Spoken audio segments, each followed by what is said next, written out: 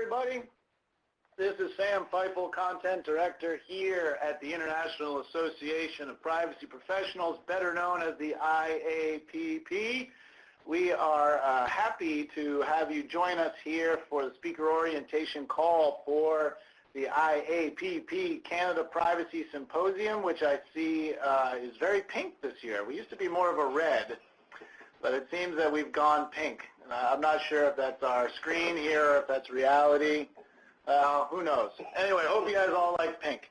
What we're going to do over the course of this call, we thank you very much for joining us, is just go through some operational details so that there is no confusion on the where, when, that sort of thing. And then we'll introduce some people that you can reach out to if you need help in any way. And then we're going to talk just a little bit about our expectations for presentations at our events, the feedback that we've gotten from our members who attend, and just some sort of general tips on giving a good presentation and being successful with your presentation at the symposium. So before we get too far, I want to introduce the people that may or may not speak on this call. There are 4 people in this room. We are in the great state of New Hampshire, in Portsmouth, New Hampshire, on a former Air Force base. So, you know, we are well fortified here in the warehouse, bunkered down. Nothing bad can happen to us. So across from me is Dave Cohen, someone you might remember from our web conferences, also helps us with speaker programming. Say hi, Dave. Hey, everybody. Next to him is Amanda Charbonneau, who has a wonderful French last name, so should be familiar to you.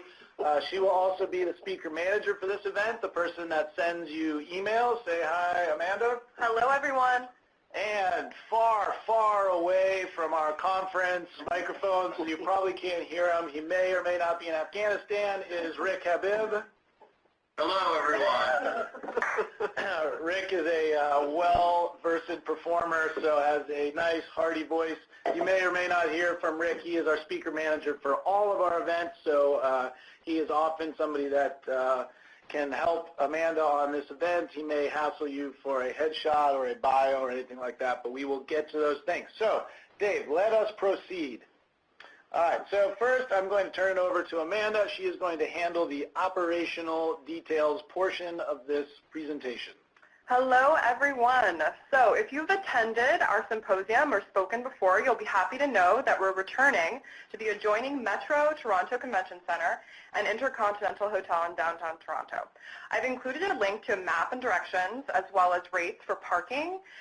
We're actually going to be distributing this webcon along with the slides after the call, so no worries. You'll get the links and all the documents post-call. So what is going on? On Monday, May 15th, it's a training day only. Tuesday, May 16th, is going to be a training day and workshops. Wednesday, May 17th, is going to be day 1 of the main conference, and you'll also notice our privacy soiree on that day 1. Great networking opportunity and just a lot of fun. On Thursday, May 18th, you've got day 2 of the main conference. And if you'd like to participate in any of those trainings or workshops, just know that this is going to be an additional fee on top of your complimentary speaker pass. Ooh, look at the slide action. Look That's at that nice. slide action. We are fancy, and we are owning it. So for hotels and accommodations, like I mentioned, we're going to be at the Intercontinental Toronto Centre Hotel. There's a map and directions included in the slide. We do have a room block available. It's going to be $239 per night. Make sure when you call, if you're looking for a room, to specifically mention the IAPP. And do note that this offer expires on April 12th. So if you know you're going to need accommodations, please do so sooner the better. And then Metro Toronto Convention Center is where the actual conference will be held. Logistics and demographics. So we're expecting over 500 attendees. Financial services, public sector, and healthcare were the top 3 industries in attendance from last year. The average attendance per session at Symposium is 63 people, and a list of organizations who attended last year's Symposium is going to be circulated by myself after this call.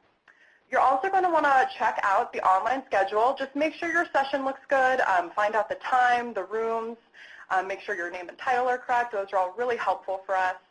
Breakout rooms range in size from a max capacity of 60 to 280.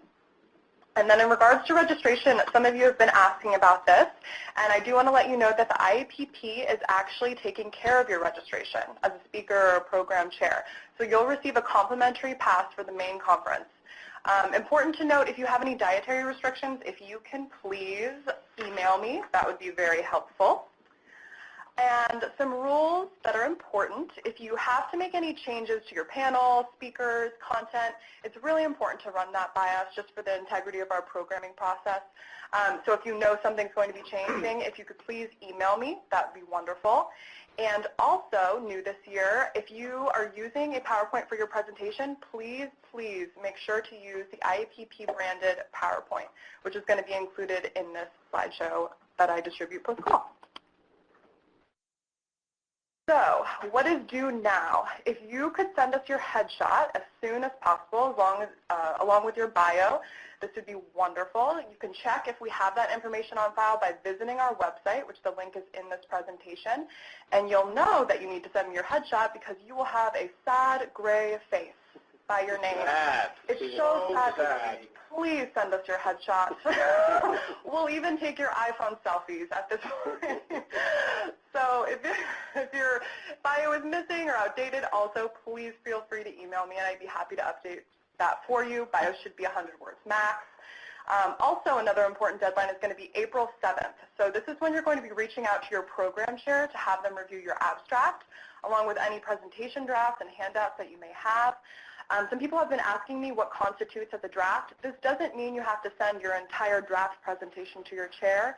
We just want to make sure you have something to be able to discuss with your chair to make sure that they understand the flow of your presentation and overall what that looks like. Our program chairs are content experts who can assist with your presentation along with any questions you may have. April 28th is going to be a big, important deadline you need to remember. This is when you send your final presentation and special AV needs to your chair. So this is going to be your final cleaned up, polished presentation that you send out to the chair. If you get this to us in time, we're able to post this actually to the website so conference attendees can access this, and it's just a very handy thing to have. Just for speakers, if you need a place to prepare for your session, go visit the co-workspace. It's a great space to organize your materials and meet with your fellow panelists. The co-workspace will be located in High Park, and it's available during the main 2 days of the conference, Wednesday, May 17th, 8 to 5:30, and then Thursday, day 2, on May 18th, 8 to 4:15. And then last but not least, audio and visual information. Like I've mentioned a couple times, because it's important, please use our IAPP branded PowerPoint if you're going to be utilizing a PowerPoint for your presentation. If you're on a panel, please combine panelist presentations into one deck. You're required to bring your presentation on a USB key. And our standard AV setup for each session room includes the following items. If you have something you don't see below, let us know by April 28th, and we'll do our best to accommodate your needs. This includes projector, screen, audio, laptop, podium mic, table mics, and a slide advancer. And I'm going to ping it back to Sam to tell you a little bit more about how you can promote your session. That is wonderful, Amanda. That might be the best operational details have ever been presented on one of these calls. That is absolutely spectacular.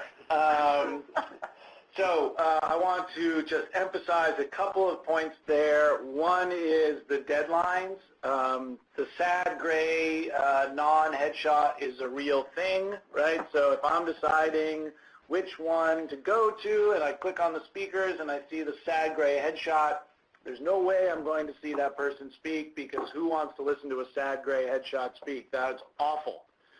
So it's in your own best interest to get your smiling face up there. Unfortunately, if you're attending this and you put it in your calendar, you're probably one of the people that got us a headshot. So I'm probably speaking to people who follow the rules, but we're going to emphasize that anyway. More importantly is the deadline around getting your presentation in. The reason we ask for this is because we post all the presentations that we get so that people can download the slides in real time as they are watching you present, should they want to. This will keep people saying, hey, we're going to get a copy of the slides. Can you email me the slides? You'll be able to say right in your presentation, go right online, click the download presentation. You can have it immediately. It's a great way to keep people focused in the room and make sure they can take notes and all that kind of stuff. Yeah.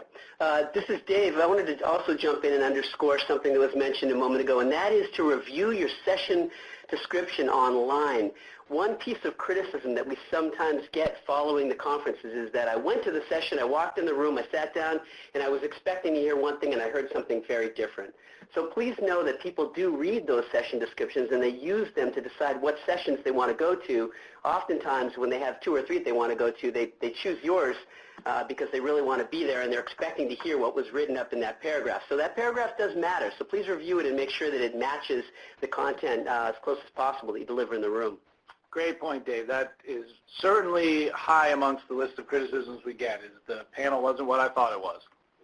All right, so we want to make sure that you as volunteers also get sort of as much exposure and benefit as you can. And also, if you want to drum up attendance, that you can do so. We have a number of publications here at the IAPP that you can take advantage of.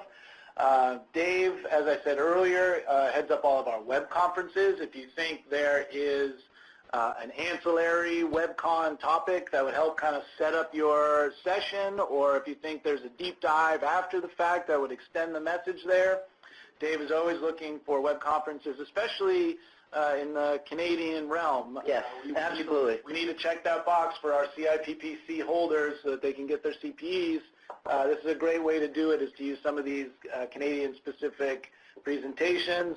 You can present to the 500 people who show up at Symposium, but then you can also present to the world at large if it makes sense. Similarly, Privacy Perspectives is our op-ed page. If yours is opinion-focused, you might want to tee up your presentation that way.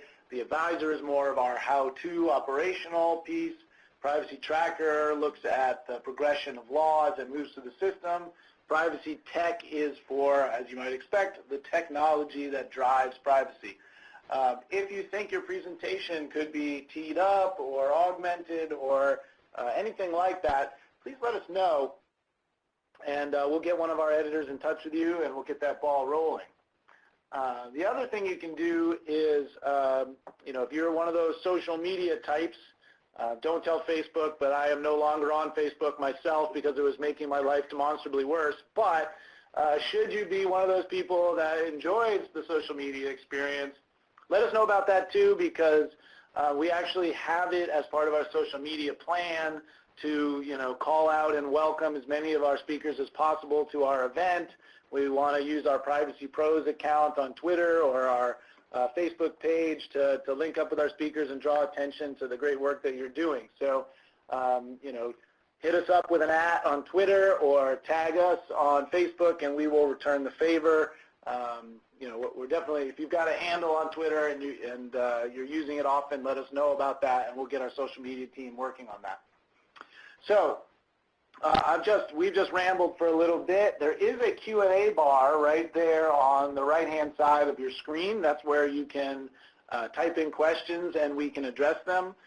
Now is the time to type in any questions about operations or leading up to the event or PowerPoint details, although I'm going to go a little bit more into PowerPoints in a second. If you've got any questions, feel free to chime in and I will address them as they come in. So do know that that's an opportunity for you. So second half of our piece is how to have a successful presentation at our event. One of the things that we get a question on all the time is, who are these people? What kind of people come to your event? So to set the stage, we get a lot of variety in the people that attend, especially in Canada. We have a lot of first-time attendees, people who are asked to go figure this privacy thing out, and we are the largest privacy event in Canada, so they show up. We also have veterans who have been coming for the entirety of the 10 years of the conference existence. There's a wide spectrum. As you saw, we are very heavy in the public sector. We are very heavy in the healthcare sector, so you can expect to have those sorts of people in your room. And one of the things that we encourage people to do is right off the bat kind of do a check of who is in the room. Do we have a lot of veterans? Do we have a lot of rookies? That might help you sort of frame your event, frame your presentation. And the other thing to do is use those veterans if you see them in there. The IAPP is very tight as a membership organization. Our veterans love to help and take part. Use them. If you see veterans raise their hands, use the Socratic method to call them out and ask them about their experiences. Ask them to, augment something you're saying with seeing whether that jives with their experience. That's something that's usually pretty successful in our events. So the bullet points you're seeing are pretty self-explanatory. We'll move forward from this here. Ask those questions at the beginning to figure out who they are. One of the things that we do get often is I couldn't apply this information. It was a little bit too basic. I wanted to get a little deeper into the specific details. People love real-world anecdotes. If you can take a general sort of policy idea and make that practical and show about how that it plays out in the actual sort of workplace, that's what people want, right? So, we've seen the IAPP evolve quite a bit in the last 5 years. It's moved from the what is privacy, how do I create a privacy policy, to how the heck do I actually do this? How do I staff up? Whose job is that? Which person is in charge of that? Who do I talk to? How long is that going to take? What form do I use? All those nitty-gritty details are where we are in privacy right now, especially in the Canadian public sector where, they've been doing privacy for a little while now. This isn't brand new stuff. They are going to want, tips of, very applicable quality. Yeah, let me jump in and just emphasize what Sam was just saying again. This is Dave. I can't state this strongly enough. Another complaint that we frequently get, as Sam mentioned, is it was too high level or even worse. I just spent an hour sitting in a room hearing people lay out problems that I know existed and that we all know existed. Really what people want to hear are your anecdotes and certainly, of course, your success stories, ways you've found to overcome the obstacles you have in your day-to-day work. But if you're willing and courageous enough, they also want to hear your fails, right? They want to hear what went wrong, what you did about it, what you learned from it. Seriously, we get some very positive feedback when people are willing to say, hey, this is something that we tried, this is a problem that we encountered, didn't work quite right, we were able to tweak it and make it happen eventually, and so those are the kinds of things that people really value. All right, we have a few questions coming in. Let's take a look at those before we move on. Interaction, think of flipboards. Yeah, people definitely use flipboards from time to time. If you see your panel being very interactive, that's something that we can get. We generally have those available. Providing our key too. So there will be an AV person in each room, so just bring your USB that, kind of stand there awkwardly at the front, and the AV person will come and take care of you. We have laptops set up already ready to rock and roll in each room, so you just throw that key in there, drag it down. Try not to give us any special malware that we're going to have to deal with later, but that's no problem at all. Let's see. Yes, we went to the uniform presentation template because people were showing up with the wrong aspect ratio, their fonts were breaking and flipping off the page, it was just ugly stuff, and our technicians were having to scramble, or our speakers were having to scramble to get everything looking right. If you would like to put your organization's logo in the corner that the IAPP logo is not in, that's fine. That's something that people do. But, of course, we are keeping ourselves as far away from a sales pitch as possible. You may or may not have a sponsored session, and we understand the goal there is to get in front of people. But as you're going to hear me say later, anything that smells like a self-promotion or sales presentation is going to be frowned upon. Then our last question here is, are we able to get a wireless mic so we're not stuck behind the podium? Yes, we do have handheld wireless mics. That shouldn't be a problem. Those lavalier mics that clip on to, like, you know, your collar are a little bit more expensive, so we try to avoid those, but the wireless mic is fine. Just kind of hold it up to your face, and everything seems to work pretty well. Oh, we have another one. Is it possible to get a breakout room near our presentation room so we can split the group up into two for case studies? No, we can't have a second room. We just, rooms are expensive, so they're all full up for sure. Can we see the setups for the pre-conference ahead of time and change to facilitate the session? Yeah, we can show you how the room is going to be set up for sure. Generally, we have them set in rounds for the workshops, but we can look into that, Larry. Reach out to, why don't you reach out to Amanda, and she'll get that information for you, because we do set up the rooms differently, and if it's a way that's not good for that, we'll figure it out. All right, so let's keep moving through the making the session more advanced. So this is something that we get feedback on a lot is, even though it seems kind of silly sometimes, having that agenda at the beginning of the session so people kind of know where it's going to start, middle, and end, and what you're trying to accomplish. Sometimes that seems pretty obvious by the abstract, but we do get that feedback fairly often. People want to kind of orient themselves, know where they are in the presentation. And this third bullet point is really important. If you're working with multiple panelists, to emphasize Amanda's point earlier, there's one slide deck. We're not changing slide decks in the middle of a presentation.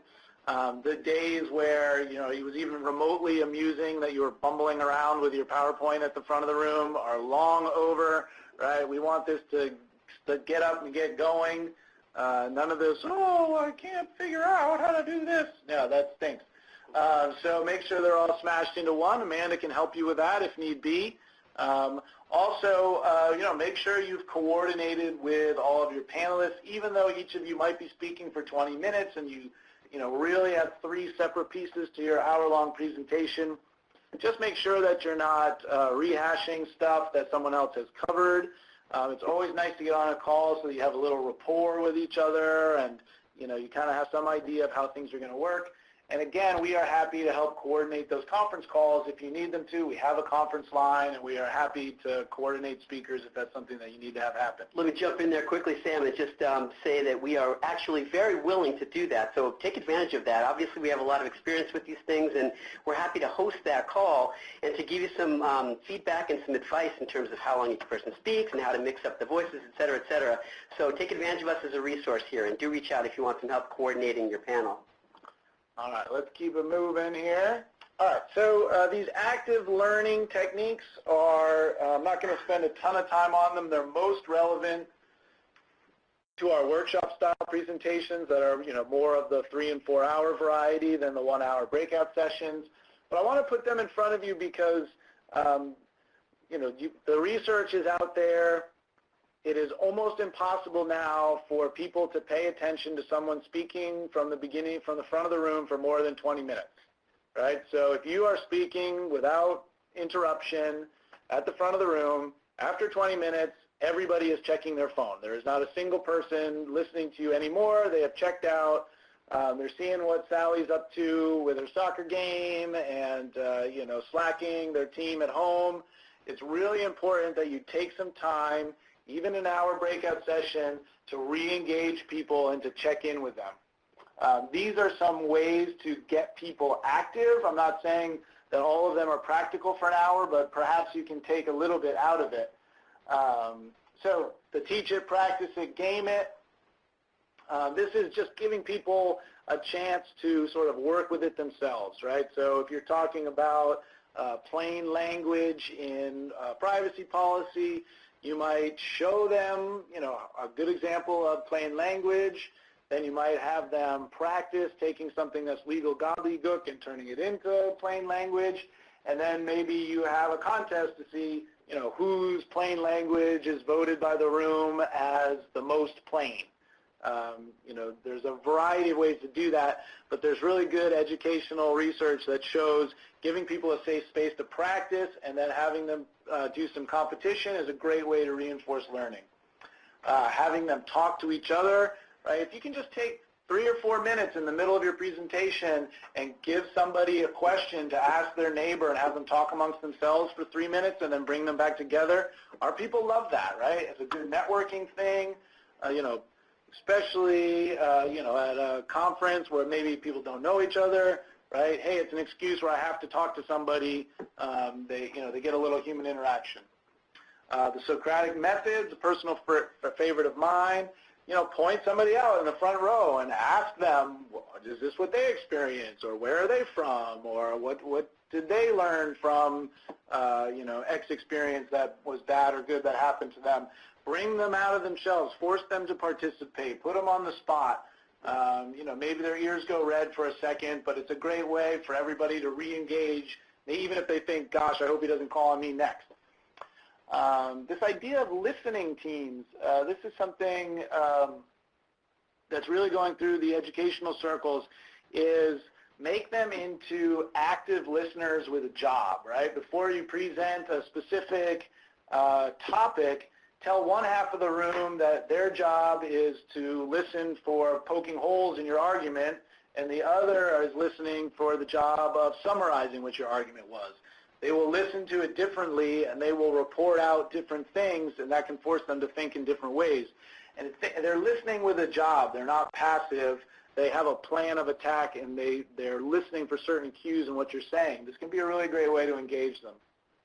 The host with the most, this is one of my favorite ones, is use superlatives somewhere either in the middle or the end to ask them questions. What's the most interesting thing that we talked about? What was the newest thing that we talked about? What's the most irrelevant thing that we talked about? That will get them thinking sort of in different ways about what they learned, not just what they learned. The let's get physical or visual.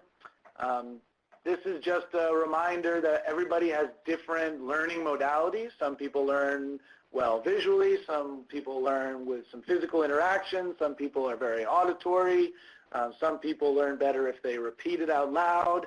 One of the examples that I use here is, talking about privacy operations management, have them start out by drawing a picture of a house that represents their privacy program.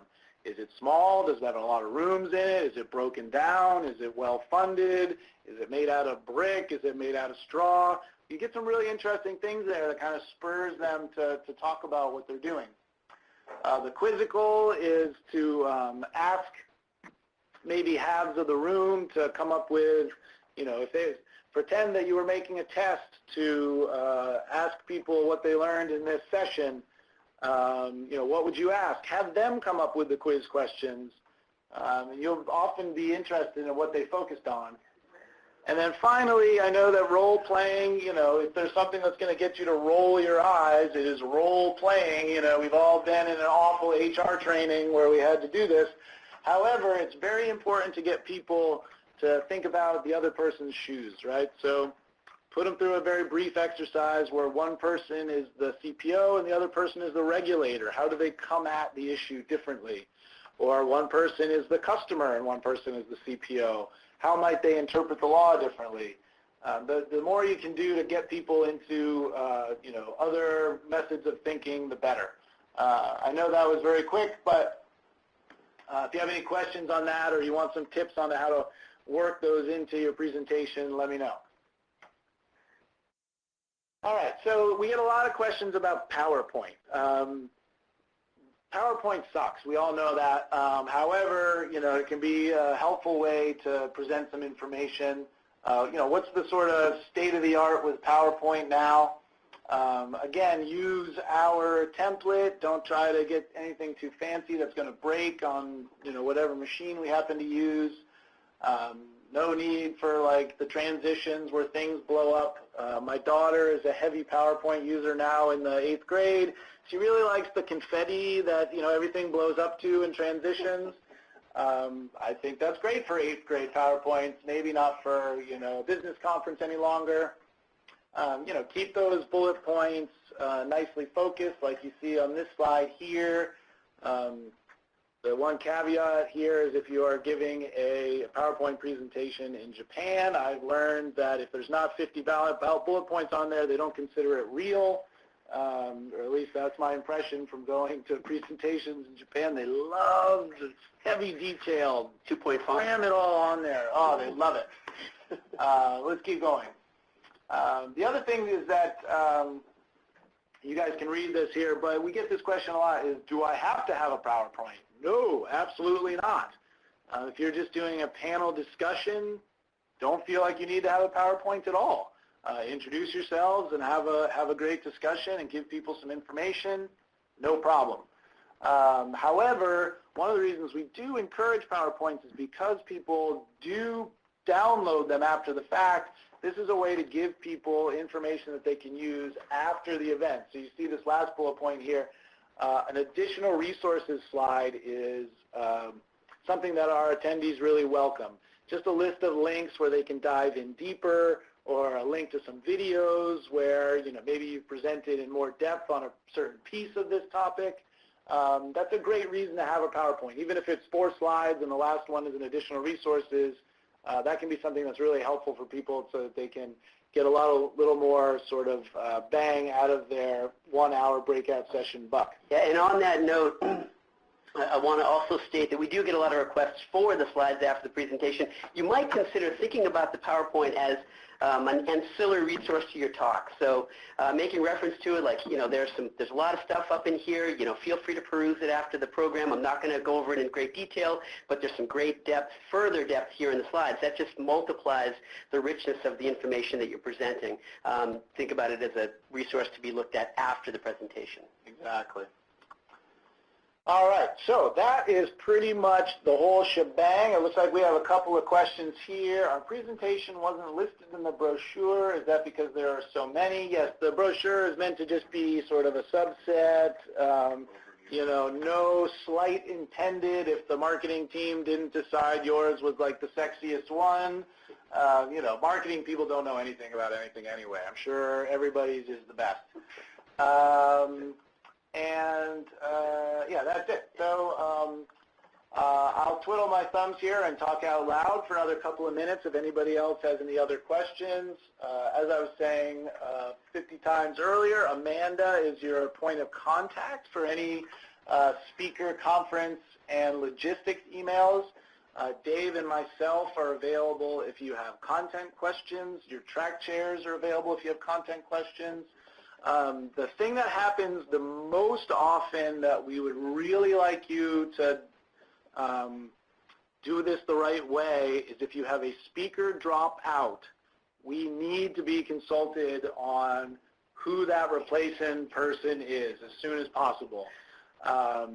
We will not impugn your character if one of your speakers drops out on you. We know that happens.